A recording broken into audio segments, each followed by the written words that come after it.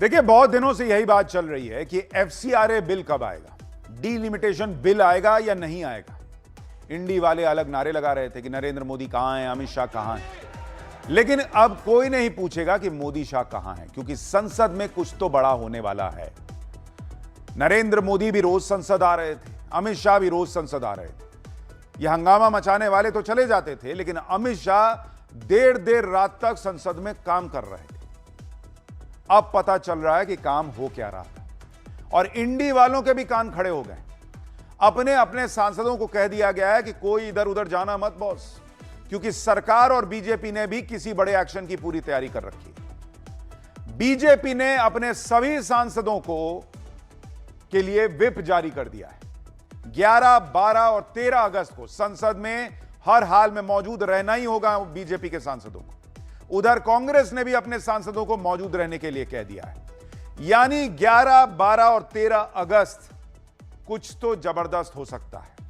माहौल तगड़ा बन गया है कि अगले कुछ दिनों में संसद में कुछ तो बड़ा होने जा रहा है, और इसीलिए हड़कंप मचना शुरू हो गया, व्हिप जारी हो रहे हैं।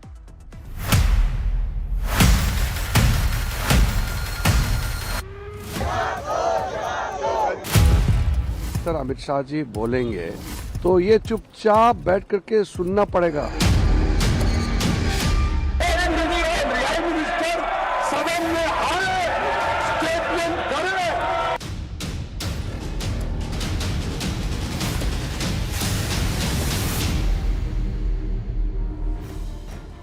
विपक्ष के हंगामे वाले तेवर को मोदी सरकार ने नंबर से जवाब देना शुरू कर दिया है, और अगले 4 दिन में वो होने वाला है जिससे विपक्ष की नींद उड़ने वाली है।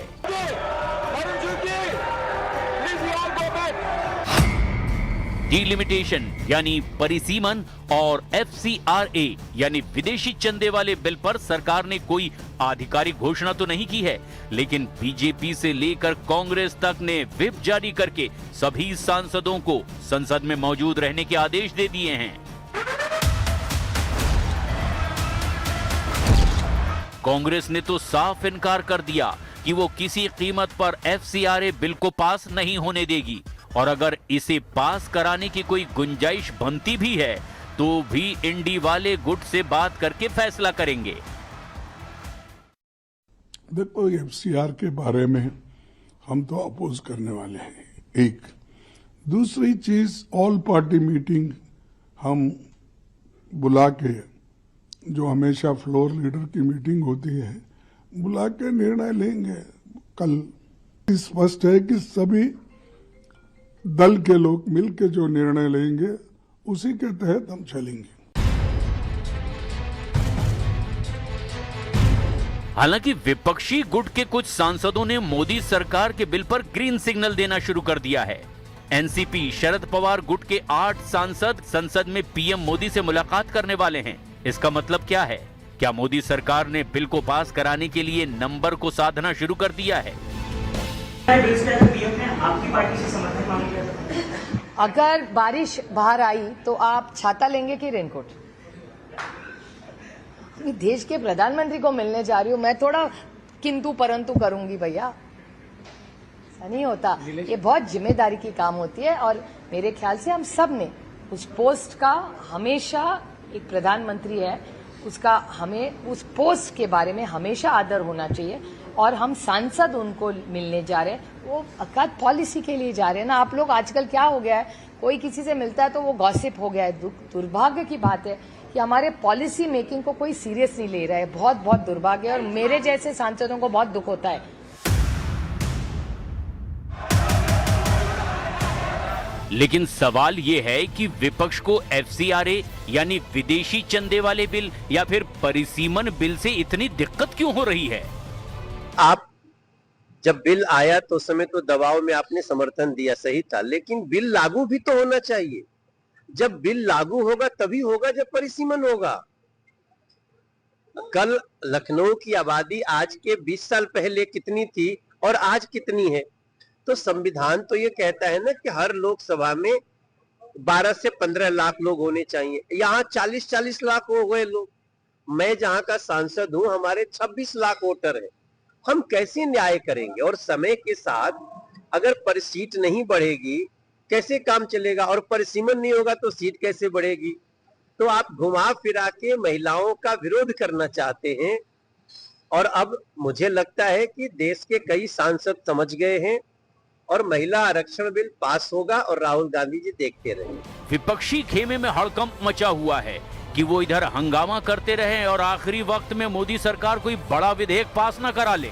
सरकार ने भले ही FCRA, डिलिमिटेशन और महिला आरक्षण बिल पर कोई आधिकारिक घोषणा तो नहीं की है, लेकिन संसदीय कार्य मंत्री किरेन रिजिजू ने साफ कह दिया है। उन्होंने कहा कि ये प्राथमिकता जरूर है, लेकिन कब पेश होंगे और कब पारित होंगे इसकी जानकारी बाद में दी जाएगी। इसी बीच प्रधानमंत्री नरेंद्र मोदी की नए सांसदों के साथ बैठक और गृह मंत्री अमित शाह की अलग अलग दलों के सांसदों से मुलाकात ने सियासी हलचल को और तेज कर दिया है।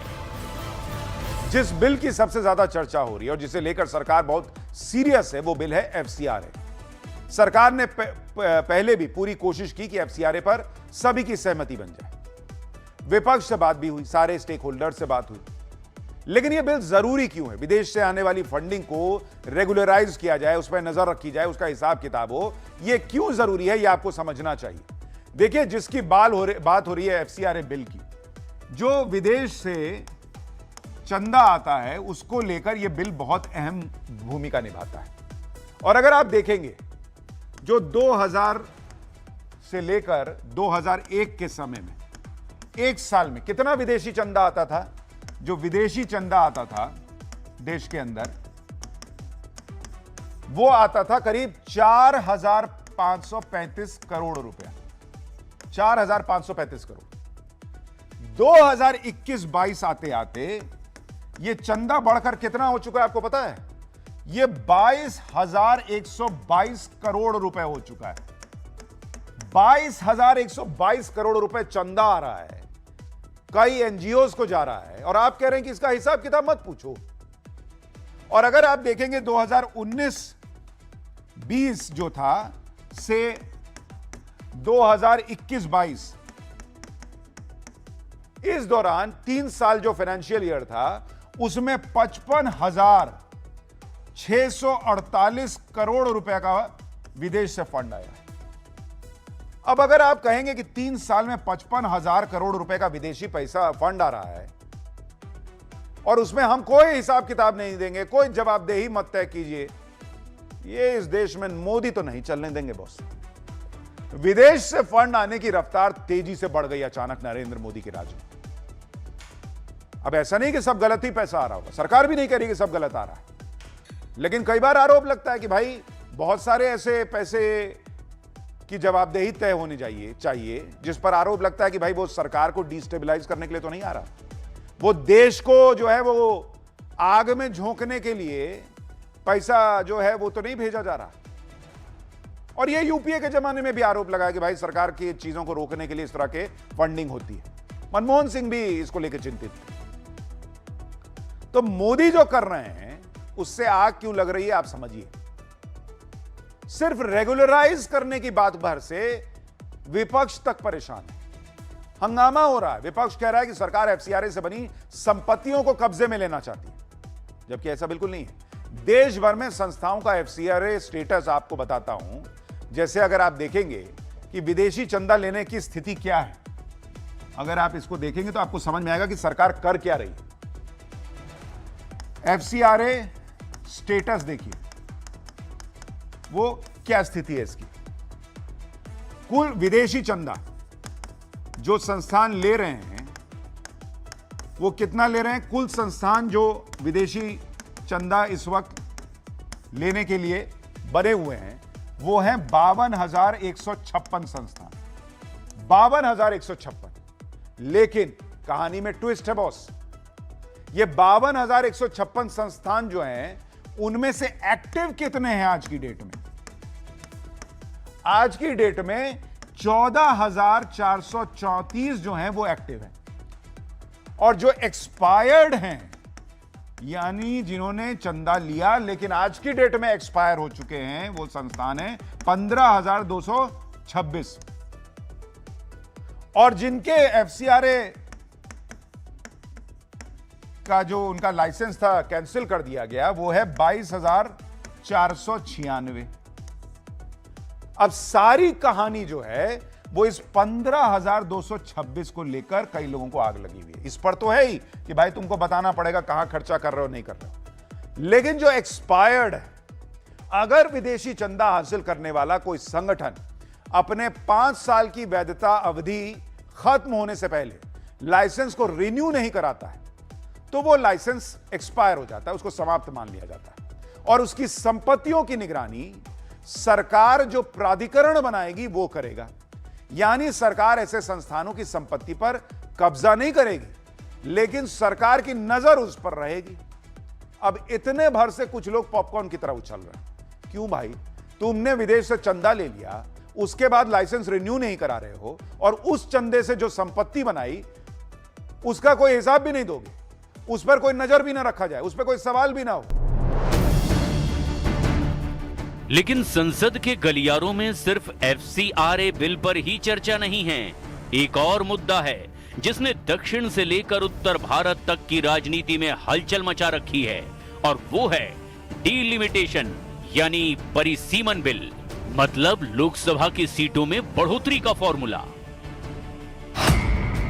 FCRA पर लड़ाई विदेशी फंडिंग और राजनीतिक पारदर्शिता को लेकर है, लेकिन डीलिमिटेशन पर सवाल सीधे सीधे सत्ता के गणित से जुड़ा हुआ है। यही वजह है कि विपक्ष के कई दल और नेताओं की नींद डीलिमिटेशन बिल के नाम पर उड़ी हुई है। दक्षिण भारत के दलों को डर है कि जनसंख्या के आधार पर सीटों का नया बंटवारा हुआ तो उनकी राजनीतिक ताकत कम हो सकती है, जबकि उत्तर भारत के कई राज्यों को इसका सीधे फायदा मिलने की संभावना दिखाई दे रही है। यानी ये सिर्फ सीटों की संख्या बढ़ाने या घटाने का मामला नहीं है, बल्कि आने वाले दशकों के लिए देश की राजनीतिक ताकत किसके हाथ में रहेगी, इसकी भी लड़ाई मानी जा रही है। और इसी वजह से संसद में FCRA के साथ साथ डीलिमिटेशन बिल को लेकर भी अटकलें तेज है। अब सवाल ये है कि आखिर डीलिमिटेशन है क्या? विपक्ष इसके नाम से इतना बेचैन क्यों है और मोदी सरकार इसे लेकर आखिर तैयारी क्या कर रही है? दरअसल डीलिमिटेशन का मतलब है लोकसभा और विधानसभा क्षेत्रों की सीमाओं और सीटों की संख्या का पुनर्निर्धारण। ये काम जनगणना के आंकड़ों के आधार पर किया जाता है ताकि बढ़ती या घटती आबादी के हिसाब से प्रतिनिधित्व संतुलित रहे। 1976 से लोकसभा की सीटों के पुनर्वितरण पर रोक लगी हुई है, जिसे बाद में 2001 और फिर 2026 तक बढ़ाया गया। अब 2026 के बाद नए परिसीमन की चर्चा तेज है। दक्षिण भारत के कई राज्य जैसे तमिलनाडु, केरल, कर्नाटक और आंध्र प्रदेश कहते हैं कि उन्होंने जनसंख्या नियंत्रण में सफलता हासिल की है। अगर केवल आबादी के आधार पर सीटें बढ़ाई गई तो उत्तर प्रदेश, बिहार, राजस्थान और मध्य प्रदेश जैसे अधिक आबादी वाले राज्यों को ज्यादा सीटें मिल सकती है, जबकि दक्षिण के राज्यों का संसद में प्रभाव घट सकता है। लेकिन बीजेपी का सीधा जवाब है कि देश के लोगों को उनके प्रतिनिधित्व के हिसाब से हक मिलना चाहिए। अगर किसी इलाके की आबादी बहुत बढ़ गई है तो वहां के लोगों का प्रतिनिधित्व भी उसी अनुपात में होना चाहिए। लेकिन विपक्षी खेमों को अपनी सत्ता और वोट बैंक खोने का डर है। इंडी वाले FCRA का विरोध कर रहे हैं, उधर डीलिमिटेशन के नाम से ही ये काम जाते हैं। सरकार के सामने पहले चैलेंज था कि संसद में नंबर गेम कैसे बढ़ाया जाए। हालांकि इस सत्र के ठीक पहले हालात बदल गए। टीएमसी में टूट हुई, डीएमके भी इंडी गठबंधन से अलग हो गया। अब आप अगर देखेंगे टीएमसी से 20 सांसदों ने अलग होकर एनसीपीआई से विलय कर लिया। टीएमसी के ये सांसद डीलिमिटेशन पर सरकार को सपोर्ट देंगे। सूत्रों के मुताबिक डीएमके ने डीलिमिटेशन बिल पर सरकार को समर्थन की बात कही है। लोकसभा और राज्यसभा मिलाकर डीएमके के पास करीब 30 सांसद हैं, यानी सरकार अपना नंबर गेम मजबूत कर रही है। डीएमके के समर्थन देने की अटकलें लगाई जा रही हैं, लेकिन उसकी भी कुछ शर्तें हैं। डीएमके समर्थन देगी, ये कुछ शर्तों पर निर्भर करता है। डीलिमिटेशन बिल पर डीएमके ने कह दिया है कि पिछली बार हमने इस बिल का विरोध किया था और कुछ सुझाव दिए थे। अगर सरकार ने वो सुझाव मान लिए तो हम उसके फायदे और नुकसान देखेंगे। डीलिमिटेशन बिल देखने के बाद हम उसकी जांच करेंगे, उस पर चर्चा करेंगे और फिर तय करेंगे कि समर्थन करना है या नहीं। अभी इस बारे में बात करना बहुत जल्दबाजी है। सरकार डीलिमिटेशन बिल और FCRA बिल को लेकर कितनी गंभीर है, आप इसी बात से समझ लीजिए कि पीएम मोदी और अमित शाह कोई कसर नहीं छोड़ रहे। एक सांसद वाली भी अगर पार्टी है तो पीएम मोदी उससे भी मिल रहे हैं। डिलिमिटेशन सिर्फ सीटों की नई ड्राइंग नहीं है, बल्कि ये तय कर सकता है कि आने वाले सालों में संसद में किस इलाके की राजनीतिक ताकत कितनी होगी। इसीलिए इस मुद्दे पर इतना बड़ा राजनीतिक घमासान मचा हुआ है और इस सब के बीच आबादी का प्रतिनिधित्व प्रभावित हो रहा है। मॉनसून सत्र में सरकार ने अभी तक 8 बिल पेश किए हैं, जिनमें से 5 बिल एक सदन से पास हो चुके हैं। इसी हफ्ते 4 और बिल सदन में पेश होंगे। ट्रिब्यूनल सुधार विधेयक 2026 को कानून मंत्री अर्जुन राम मेघवाल पेश करेंगे। इस बिल का मकसद अलग अलग न्यायाधिकरणों यानी ट्रिब्यूनल्स की प्रक्रियाओं में सुधार लाना है। खान एवं खनिज विकास एवं विनियमन संशोधन विधेयक 2026 इसे केंद्रीय मंत्री जी किशन रेड्डी पेश करेंगे। ये खान और खनिज अधिनियम 1957 में संशोधन के लिए है। केरल नाम में परिवर्तन विधेयक 2026 को अमित शाह पेश करेंगे। बहुराज्य सहकारी समिति संशोधन विधेयक भी अमित शाह पेश करेंगे। ये बिल सहकारिता क्षेत्र के विकास से जुड़ा हुआ है। अब निगाहें 11, 12 और 13 अगस्त पर टिकी हैं, क्योंकि सवाल सिर्फ कुछ बिलों का नहीं है। सवाल ये है कि क्या मोदी सरकार संसद में ऐसा राजनीतिक मास्टर स्ट्रोक खेलने जा रही है जो विपक्ष के पूरे गणित को ही बदल कर रख देगा।